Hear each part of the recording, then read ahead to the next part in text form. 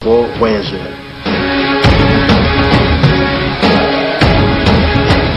STM, une nouvelle façon de voyager.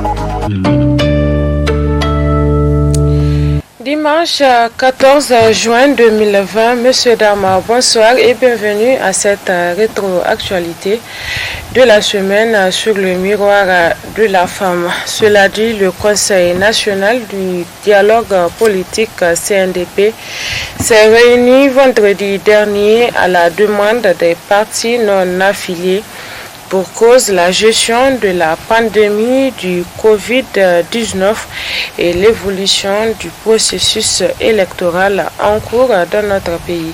Amadou Harouna, Abdelmoumouni, Abdraman. Après plusieurs mois de silence, le Conseil national du dialogue politique a repris ses travaux à la demande des partis non affiliés qui ont voulu en savoir plus sur la gestion de la pandémie du coronavirus. Nous avons également adopté la politique de la production des bavettes locales. Nous sommes à plus de 5 millions de bavettes produites ici sur place et c'est ça qui nous a permis de couvrir pour la première opération, les enseignants, dans le cadre de la levée de la mesure qui a fermé les écoles. Les difficultés rencontrées, c'est surtout le déni et la stigmatisation. Le non-respect des masques. Je constate même dans cette salle, il y a beaucoup qui ne portent pas de masques. Les messages erronés, les intoxications, etc. Ça, c'est des difficultés auxquelles on est rencontré sur le terrain. Les partis non affiliés se sont également préoccupés du processus électoral en cours dans notre pays. Après la zone 1 qui a concerné les régions d'Agadez, Dosso, Tawa et Tillabéri, la Commission électorale nationale indépendante a entamé l'enrôlement dans la zone 2, comprenant les régions de Difa, Maradi, Niamey et Zender. À ce jour, les opérations d'enrôlement se sont terminées. Le contentieux de la liste électorale provisoire est achevé pour les régions d'Agadez, Tawa et Dosso. Il est en cours pour les 35 communes de la région de Tillabéri sur 45. Les listes provisoires des autres communes feront l'objet d'un affichage au même moment que les 119 communes de la zone 2. Le président du CNDP, après les discussions. Que c'est une rencontre, comme vous l'avez suivi certainement, très enrichissante, très intéressante, qui a pris beaucoup de temps, qui a été parfois houleuse, mais toujours empreinte de courtoisie. C'est une rencontre qui a concerné des questions de l'heure, des questions très importantes. Comme vous l'avez dit, là, c'est la gestion de la pandémie. Les partis politiques étaient très intéressés de savoir comment le Niger a fait et qu'est-ce qu'il est en train de faire pour gérer cette pandémie, ce mal du siècle.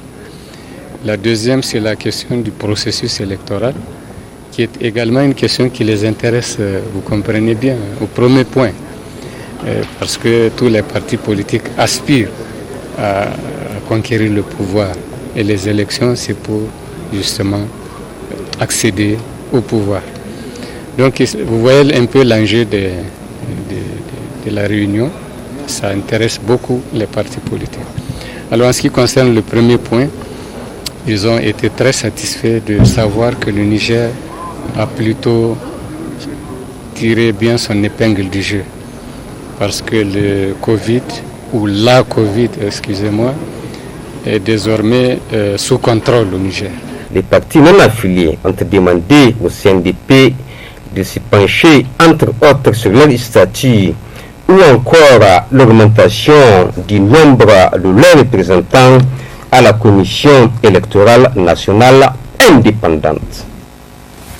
Poursuite des travaux à l'Assemblée nationale avec 2 points inscrits à l'ordre du jour du vendredi 12 juin 2020, dont l'examen et le vote du projet de loi relatif à la construction et à l'exploitation sur le territoire de la République du Niger du système de transport des hydrocarbures par canalisation Niger-Bénin. Retrouvons une fois de plus Amadou Harouna et Abdelmouni Abdraman.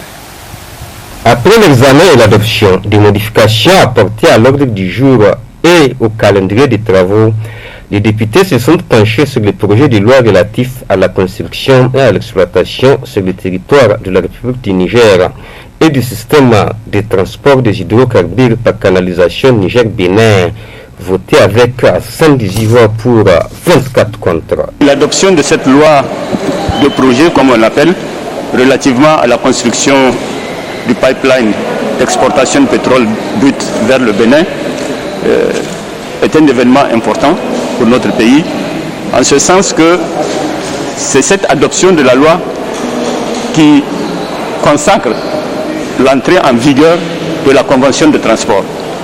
La dite convention de transport qui a été, comme vous le savez, signée le 15 septembre 2019, et véritablement elle ne va rentrer en vigueur qu'à partir de l'adoption de la loi. Les investisseurs avaient besoin d'être rassurés sur ces investissements colossaux qu'ils vont faire. Il s'agit de fonds privés, 2,2 milliards de dollars, donc à peu près presque 1300 milliards de francs CFA, qui vont être investis pour la construction de cet équipement. Cette construction, donc, comme je le disais, va permettre de démarrer effectivement la construction du pipeline, construction qui va permettre au pays d'augmenter ses revenus à travers une augmentation importante de la production pétrolière. Nous allons passer de 20 000 barils jour à 110 000 barils jour à peu près. Donc 20 000 barils jour pour le raffinage et 90 000 barils jour pour l'exportation. Ceci nous amène à multiplier presque par 5 notre production actuelle et en conséquence, évidemment, les revenus de l'État vont être démultipliés. L'autre aspect de l'adoption de cette loi, c'est qu'en mettant en œuvre ce projet, il y aura beaucoup de création d'emplois. Création de plus de 3 000 emplois en phase d'exploitation et création de plusieurs centaines d'emplois en phase d'exploitation. Aussi, il faut retenir que l'existence désormais, après la construction du pipeline, d'un moyen de transport de pétrole brut va attirer d'autres sociétés qui vont venir faire de la recherche pétrolière au Niger. Jusque-là, les sociétés étaient timides, elles étaient hésitantes, parce que même si elles découvrent du pétrole, elles ne peuvent pas l'exporter. Mais avec maintenant la construction du pipeline, ça va nous attirer beaucoup de sociétés qui vont venir faire de l'exploration au Niger, qui va permettre d'augmenter les réserves et donc de faire en sorte que l'exploitation et l'exportation soient la plus durable possible. Les questions d'actualité ont été programmées à l'agenda de la plénière du samedi 13 juin 2020. Et puis le comité des jeunes de Goudel a animé au cours de cette semaine un point de presse au sein de la maison des jeunes. Les précisions avec Ralia Sami, Ibrahim Kantama. Ce point de presse organisé par le comité des jeunes de Goudel est la suite logique de l'engagement de ces jeunes d'éclairer l'opinion publique sur la situation survenue au village de Goudel le 17 avril dernier, des événements à l'issue desquels ces jeunes déplorent d'importants dégâts. Premièrement, c'est l'importance du dégât matériel occasionné par les bavures des forces de l'ordre à Goudel. Nous l'avons vu. Vous l'avez vu également, vous, hommes de médias, le lendemain, à la place du marché, il n'y a que du cendre. Effectivement, nous avons fait venir un huissier qui, après son constat, après avoir auditionné les différents commerçants, il est ressorti une perte matérielle de plus de 70 millions. Bien évidemment, nous ne pouvons pas rester indifférents face à cette situation. Parce qu'en dehors de cette perte matérielle, il y a beaucoup de chefs de famille qui sont allés au chômage depuis le 17 avril 2020. Nous sommes dans un état de droit. En dehors de cette perte matérielle, il y a eu mort d'homme. Oui, il y a eu mort d'homme. Mais nous avons toujours eu cette histoire devant les médias et dans les différentes rencontres que nous avons eues. Puisque nous avons estimé à un certain moment que les autorités de la ville de Niamey auront un peu d'humanisme pour venir à Goudel pour s'enquérir de ce qui s'est passé. Mais très malheureusement, nous nous sommes trompés à leur égard et nous ne sommes pas venus. Eh bien, un vieillard de 92 ans qui vit dans une habitation contiguë du marché a rendu l'âme le lendemain dans l'après-midi à la suite d'un problème respiratoire qu'il n'a jamais eu. Et il faut noter que le hangar de sa maison a failli prendre feu. Elle a certainement dû aspirer de la fumée et du gaz lacrymogène. Elle est partie. Nous prions le bon Dieu pour que son âme repose en paix. Amen. Mais pour honorer sa mémoire, nous avons fait le serment de faire appliquer la loi, de rendre justice à ceux qui ont été provoqués. C'est pour cette raison que nous avons décidé de nous procurer de tous les moyens légaux que nous confère notre Constitution pour que Goudel rentre dans ses droits. Le comité des jeunes de Goudel s'engage ainsi à lutter pour que justice soit rendue dans le cadre de ce dossier. Nous avons pris l'engagement devant l'opinion nationale et internationale que nous allons nous battre jusqu'à ce que tous ceux qui sont impliqués dans ce qui s'est passé à Goudel soient punis conformément aux dispositions réglementaires de notre pays. Et nous l'avons dit, nous allons user de tous les moyens légaux qui sont à notre disposition pour qu'il en soit ainsi. Nous avons annoncé également que nous avons déposé une plainte sur le bureau du procureur. Effectivement, cette plainte a eu une suite. Le procureur a confié notre plainte au premier substitut, qui dans un premier temps nous a écoutés. Nous avons fait part de tout ce qui s'est passé à Goudel le 17 avril. Nous allons laisser la justice faire son travail. Nous restons à la disposition de cette justice et nous estimons que effectivement justice sera rendue. Après un premier combat qui a porté ses fruits, c'est-à-dire la libération des jeunes détenus lors des manifestations du 17 avril dernier, le comité des jeunes n'entend pas baisser les bras devant cette situation qui leur a causé d'énormes pertes. On déplore même, selon le comité, une perte en vie humaine, d'où toute la nécessité que justice soit rendue dans cette affaire. Autre aspect de cette rétroactualité, la fin des opérations d'enrôlement biométrique de la zone numéro 2 a permis à certaines formations politiques de mobiliser leurs militants pour affronter les prochaines échéances électorales. Amadou Harouna, Ibrahim Kantama. Les opérations d'enrôlement biométrique sont terminées dans la zone numéro 10. Plusieurs partis politiques qui d'office aspirent à la conquête et à l'exercice du pouvoir politique ont mobilisé leurs militants à cet effet. La SDR Savoie n'a pas été du reste. Elle a assuré la mobilisation de ses militants afin de s'enrôler sur le fichier biométrique. Je pense bien que cela a été réalisé sur l'ensemble du territoire national et que pour le moment, nous sommes en train d'attendre l'affichage des listes qui a commencé pratiquement dans quelques communes. Nos représentants, pour le moment, nous transmettent des informations assez fiables sur le travail qui est en train d'être effectué. Le roulement biométrique s'est bien déroulé malgré quelques difficultés. Quand on parle d'irrégularité concernant l'affichage des listes, vous savez, toute œuvre humaine ne peut être parfaite. Voilà, nous sommes de ceux qui pensent que le travail qui a été effectué, en tout cas, c'est un travail professionnel.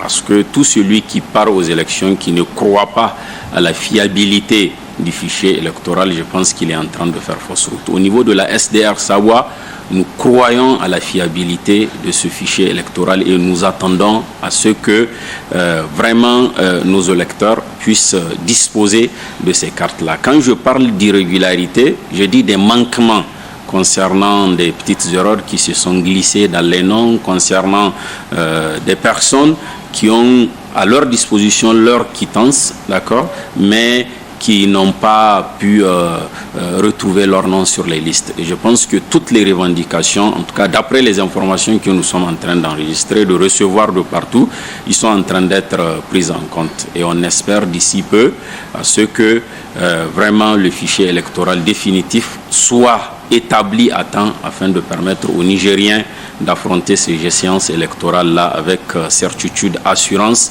et puis conviction d'apporter le changement. La crédibilité des élections dépend forcément de la qualité d'un bon fichier biométrique.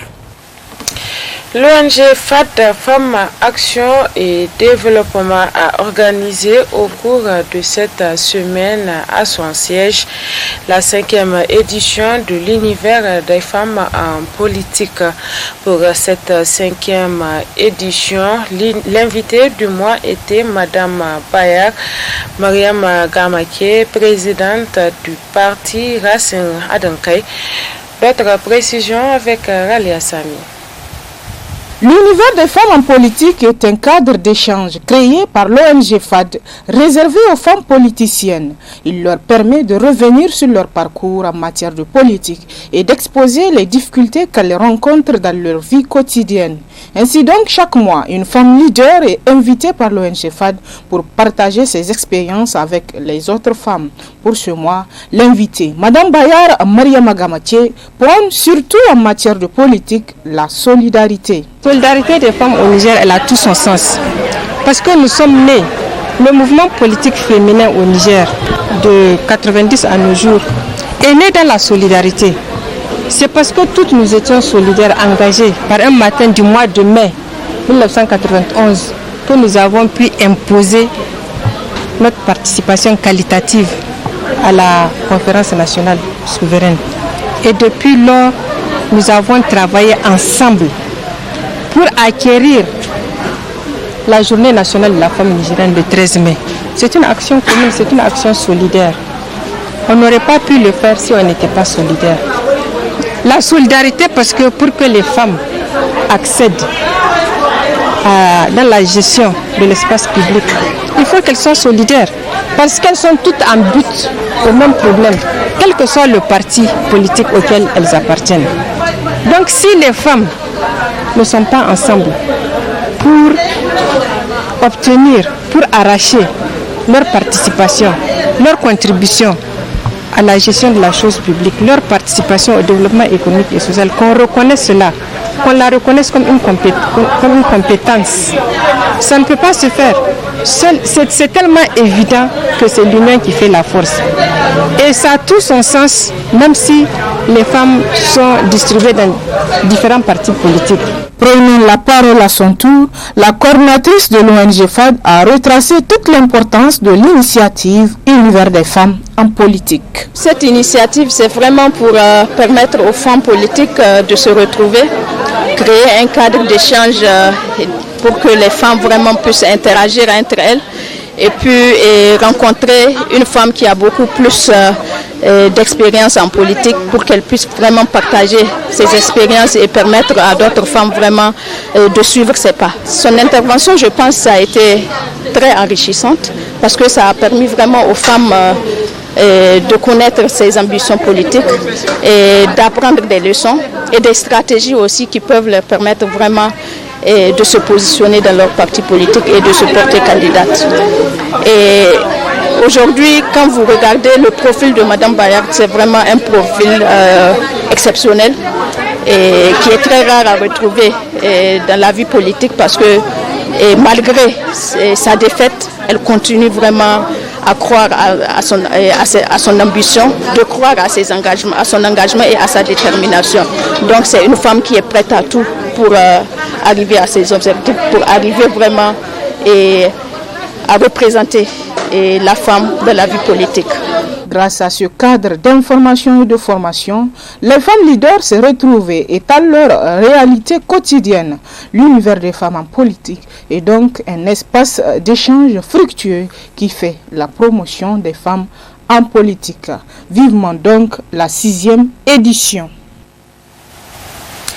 À peine la reprise des cours vient d'être amorcée, on y dénombre déjà quelques cas déclarés du Covid-19 chez certains élèves. Une situation qui a suscité la réaction de l'Union des scolaires nigériens. Amadou Haruna. 10 jours après la reprise du cours, des cas déclarés du Covid-19 sont détectés chez certains élèves et suscitent des inquiétudes à en croire certains responsables de l'Union des scolaires nigériens. À la date du 1er juin, qui avait occasionné la réouverture des établissements instruits par les MESRI, qui est le coordinateur des activités académiques nationales. Et suite à ça, nous avons enregistré des cas de coronavirus en milieu scolaire.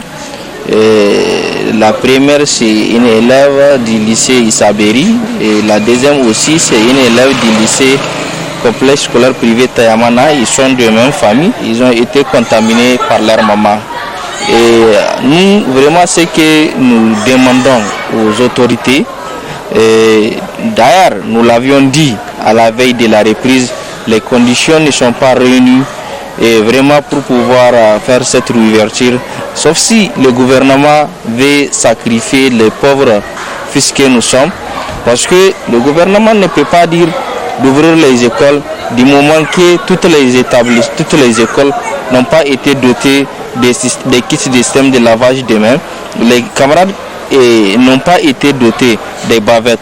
Les établissements n'ont pas encore, et tous les établissements n'ont pas été dotés de gel. Et également pour la désinfection des établissements, toutes les écoles n'ont pas eu cette occasion d'être désinfectées. Mais aujourd'hui, nous nous sommes retrouvés à une semaine de la reprise, nous pouvons le dire, nous avons enregistré des cas. Et vraiment, le risque est grand. Il y a un très grand risque pour pouvoir faire cette propagation de contamination en milieu scolaire tant que le gouvernement ne met pas vraiment les moyens nécessaires pour pouvoir contrecarrer cette propagation. L'ombre du Covid-19 peut planer sur le sort de l'année scolaire. Le gouvernement a bel et bien dit à travers les conseillers pédagogiques ou bien je pense les conseillers techniques qui ont fait leurs statistiques techniquement pour dire qu'il leur faut 45 jours pour pouvoir valider cette année académique 2019-2020. Mais à l'heure actuelle, nous n'avons eu qu'une semaine. Et donc, le risque est grand pour que cette année soit blanchie. Parce que si le gouvernement ne prend pas les décisions adéquates, nous, en tant que représentants des scolaires, nous risquerons de prendre notre responsabilité en suspendant les activités académiques pour vraiment protéger nos camarades qu'ils ne soient pas contaminés avec ce Covid-19. Au moment où la pandémie du coronavirus semble être bien maîtrisée, elle continue encore de marquer les esprits.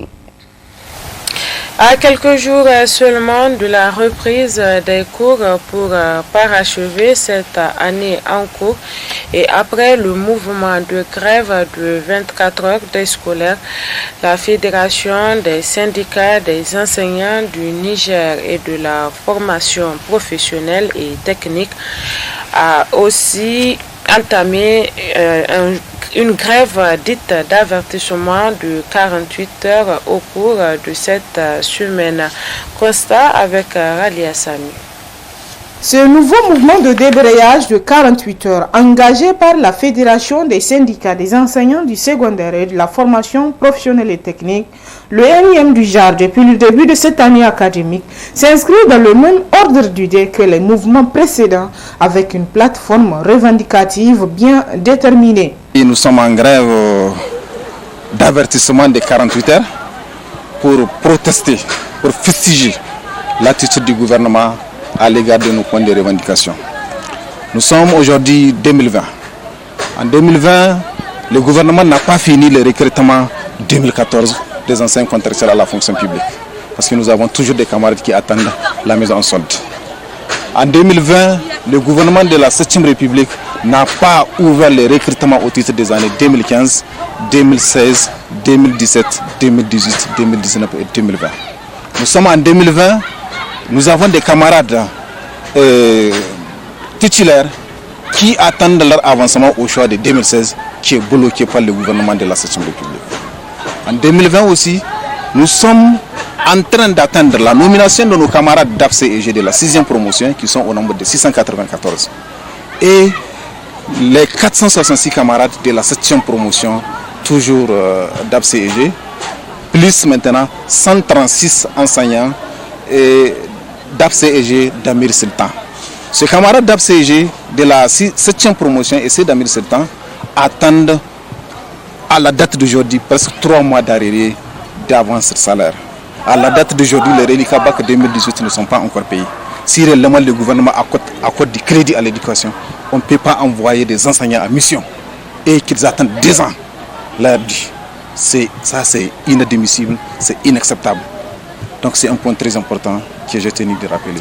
Après seulement 10 jours de la reprise des activités académiques, voilà encore cette grève qui paralyse la bonne marche de ces activités. Une grève dont le constat de suivi est satisfaisant selon les principaux organisateurs. Nous sommes dans une situation où le gouvernement a dit qu'il coûte que coûte sauver cette année. Alors si réellement il voudrait sauver l'année, il doit mettre les principaux acteurs de l'éducation dans des conditions minimales de travail. C'est quoi les conditions minimales de travail? C'est recruter l'ensemble des camarades qui sont frappés par l'âge. Nous avons des camarades aujourd'hui qui ont 50 ans, qui ont 47 ans, 50 ans et plus, et qui ont donné toute leur jeunesse dans les contrats. Et avec leur diplôme, ces camarades-là méritent d'être recrutés à la fonction publique. À l'heure actuelle, il n'y a aucun début de négociation. Il n'y a aucun. Et pourtant, la Constitution impose au gouvernement ou bien à l'employeur, dès que les employés déposent un préavis de grève, la partie employeur est tenu et même obligé d'appeler les partenaires pour des négociations. Mais vous avez constaté, c'est toujours les mépris, les dédains que le gouvernement de la 7e République est en train d'afficher à notre égard. Certes, peut-être ils vont nous dire que peut-être notre ministère va dire qu'il n'a pas de solution par rapport à nos points, surtout de préalable. Mais un gouvernement, c'est un gouvernement. Si réellement ils sentent la nécessité, ils seront dans l'obligation de convoquer les cadres, le comité interministériel de négociation, parce que la question de recrutement, c'est une question qui concerne le gouvernement en général. Oui, vous avez constaté qu'au niveau du préavis, nous avons mis un préavis d'avertissement de 48 heures. Donc si rien n'a été fait, ce qui est sûr, nous allons continuer le mouvement. Et ça jusqu'à satisfaction, Inch'Allah. On peut ainsi dire que si les autorités tiennent à parachever le programme de cette année en cours durant ces 45 jours de reprise, il y a une nécessité de trouver une entente avec ces syndicalistes qui menacent d'ailleurs de passer à une vitesse supérieure si toutefois ils ne trouvent pas satisfaction à leurs différentes revendications. Réunis en séance extraordinaire, l'Ordre des avocats du Niger a rendu public une déclaration. Objectif, se prononcer sur le fonctionnement de la justice nigérienne. Amadou Harouna, Ibrahim Kantama. L'Ordre des avocats du Niger sort de sa réserve. Il prône la séparation du pouvoir et rappelle que selon la Constitution, dans l'exercice de leurs fonctions, les magistrats sont indépendants et ne sont soumis qu'à l'autorité de la loi. La fréquence dans la convocation tous azimuts du Conseil supérieur de la magistrature s'apparente de plus en plus comme un moyen de sanction. En effet, Par ces convocations répétitives du Conseil supérieur de la magistrature et des décisions qui en découlent, il apparaît que le juge est souvent mis en sarcophage par cet organe et du coup, son indépendance théoriquement affirmée s'en trouve gravement amoindrie. L'autre conséquence des plus néfastes est sans nul doute une accentuation de la lenteur des procédures tant décriées du fait aussi du manque d'effectifs, avec comme corollaire des dossiers mis en délibéré à des dates lointaines et systématiquement rabattus du fait de ces affectations. L'annihilation de tous les efforts de spécialisation des magistrats. Les audiences de renvoi se multiplient. Les dossiers des justiciables s'accumulent au rôle. Les factums des décisions rendues ne sont pas rédigés dans le délai légal. Au regard de tout ce qui précède, l'Ordre des avocats du Niger rappelle au président de la République, en sa qualité de premier magistrat garant du respect de la Constitution, président du Conseil supérieur de la magistrature, que la première dette d'un État est la justice. Estime que la configuration actuelle du CSM, Conseil supérieur de la magistrature, n'est pas de nature à garantir l'indépendance de la justice. Demande en conséquence au président de la République de rendre effective la séparation des pouvoirs et l'indépendance textuelle affirmée des magistrats. Appelle le président de la République à initier toutes les réformes adéquates du Conseil supérieur de la magistrature relativement à sa composition et son fonctionnement. Pour l'Ordre des avocats du Niger, la justice a besoin de calme et de sérénité. Le boulevard Tanimoun, construit à grands frais, est aujourd'hui victime de certaines installations anarchiques. Commentaire Amadou Harouna sur les images de Abdul Moumouni Abdraman. Le boulevard Tanimoun de la ville de Niamey constitue aujourd'hui l'un des meilleurs joyaux qui a très bien redoré l'image de la capitale. Un produit du programme Niamey-Niala, cher au président de la République Issoufou Mahamadou, et qui contribue efficacement à garantir la fluidité de la circulation, mettant ainsi fin à plusieurs décennies de calvaire supportés par les usagers. Un investissement colossal à coût de milliards, même s'il manque de caniveaux pour faciliter l'évacuation des eaux de ruissellement, surtout pendant la saison des pluies, une situation qui favorise l'externation des eaux sur les goudrons et menace surtout sa survie. Certains espaces réservés aux piétons, cyclistes et autres engins à deux roues ne sont pratiquement pas empruntés. Et s'ils sont empruntés, c'est en sens inverse. Souvent par des voitures qui quittent volontairement leur chemin en violation du code de la route. Ces mêmes espaces sont occupés par des petits commerces et des étalages sauvages. Et curieusement, ça ne dérange personne. Pire encore, à certains endroits, ces espaces sont transformés en parc de vente de véhicules d'occasion et n'interpellent personne. À quoi il sert de construire des routes finalement sans aucun suivi ou du moins un banal et facile entretien qui ne coûte rien? Qu'est-ce qui prouve que la route Gamkale-Sagagari-Malam ou le tronçon Cornicha-Yantala gendarmerie avenue Charles de Gaulle, une fois réceptionnés, abandonnés, ne seront pas l'objet des pires assauts à l'image du boulevard Tanimoun de la ville de Niamey? Intéressons-nous à présent à la vie des enfants talibés qui, dans le cadre de l'apprentissage du Coran, subissent des châtiments corporels souvent exagérés, comme c'est le cas à Difa où un marabout a torturé ses enfants talibés. Le reportage est signé Ralia Sami et Ibrahim Kantama, mais attention aux âmes sensibles car les images sont choquantes.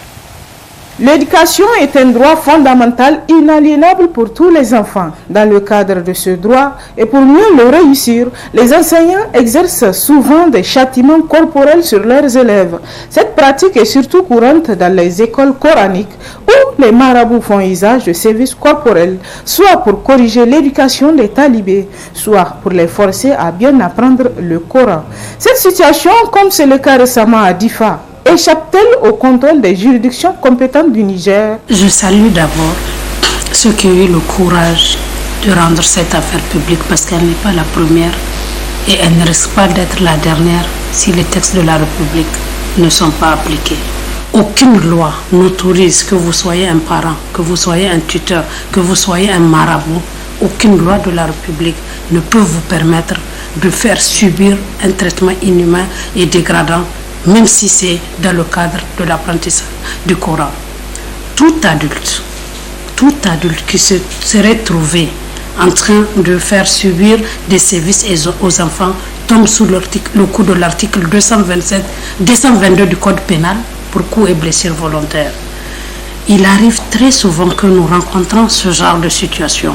Nous faisons de la sensibilisation, nous prenons des photos, nous disons aux parents, c'est de la démission parentale. Aujourd'hui, on est en train de chercher qui est le responsable. En tant qu'Agence nationale de lutte contre la traite des personnes, étant sur le terrain depuis 2013, les responsabilités sont partagées. Aujourd'hui, c'est pratiquement tous les textes de la République qui sont violés au quotidien. Que prend la Constitution du Niger? C'est l'égalité des chances pour tous les enfants.